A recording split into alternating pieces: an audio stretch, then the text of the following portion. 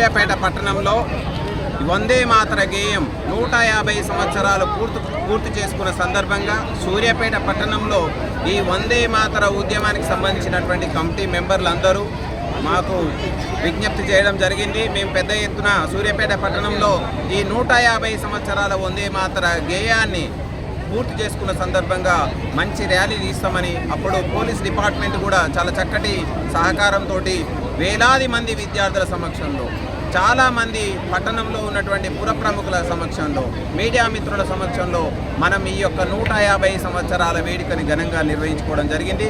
ఇది చాలా సంతోషం.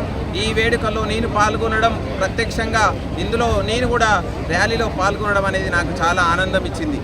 మరీ ముఖ్యంగా ఏంటంటే భారతదేశం మనకు స్వాతంత్రం సిద్ధించక ముందుకు ఎన్నో చిన్న చిన్న రాజ్యాలుగా ఐక్యత లేకుండా ఉన్నటువంటి భారతదేశాన్ని ఈ యొక్క వందే మాతర గేయం ఒక్కతాటి మార్గకి తీసుకొచ్చి భారతదేశానికి స్వాతంత్రం సిద్ధించడంలో ఈ యొక్క గేయం భారతదేశంలో ఉన్నటువంటి మారుమూల పల్లెల్లో ఉన్న ప్రజలను కూడా ఒక ఐక్యతకి తీసుకొచ్చి మనకు స్వాతంత్రం సిద్ధించడంలో ఎంతో తోడ్పాటును అందించింది.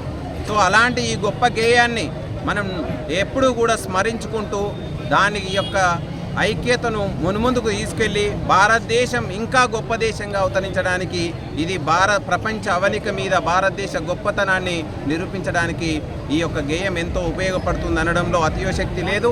కాబట్టి మనమందరం కూడా ఎందరో మహానుభావులు వాళ్ళు చేసినటువంటి సేవలు, వాళ్ళు చేసినటువంటి త్యాగాలు, వాటన్నిటినీ మనం స్మరించుకుంటూ ఎప్పుడు కూడా వాళ్ళ యొక్క ఆశయాలకు, వాళ్ళ యొక్క లక్ష్యాలకు మనం కూడా చేయి కలుపుతూ ముందుకెళ్లాలనేటువంటి ఈ ప్రతిన ఈ సందర్భంగా మనం కూడా పూనాల్సినటువంటి అవసరం ఉంది.